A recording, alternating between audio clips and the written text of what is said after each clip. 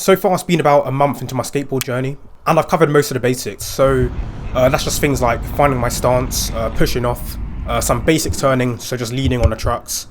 And I also learnt some techniques which will help me like stop and brake on a skateboard. And in between that, I've been tackling some very small obstacles, like some very shallow ramps in a skate park. So this time around, I decided to tackle another very small obstacle, and that's just going to be riding off curbs. So I actually did change skate park locations.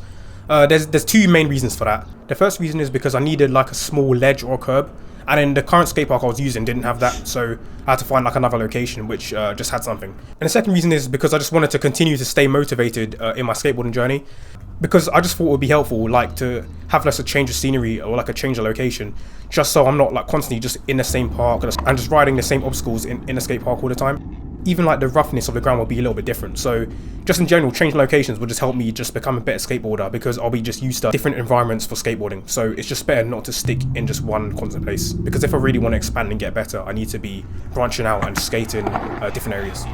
So let's get back into focusing on what I was working on for this episode, and that's riding off curbs. So like I said, I just found a very small ledge just to act out as a curb. As simple as it sounds, I just try to ride my skateboard off of that ledge without falling off. Before doing it, I did hesitate a bit because, you know, I just never like rode off a curb before.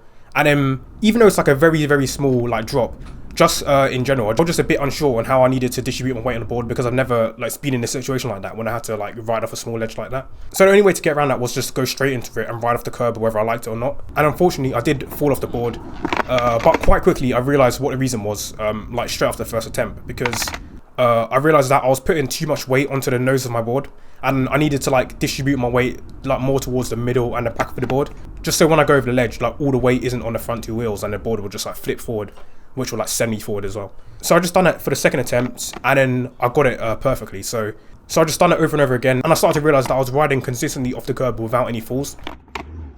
So riding off the curbs, I think I've got that pattern. So I'm really happy with that, and I'm also just happy on how quickly I picked that up, because I thought going into this it would just take me a lot longer, like trying to like get off the curb, like balancing on the skateboard without falling off. But luckily I managed to do it within the second attempt, and then over and over again I got more confident doing it, so I was just doing it at more speed and I was no longer hesitating, so it's all good.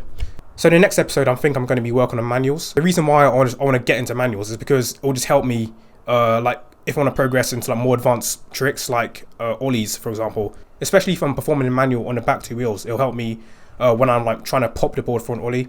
And also the other thing I didn't mention is that manuals will help me in the future if I want to be doing kick turns, whether that's on flat ground or even kick turning on like small ramps.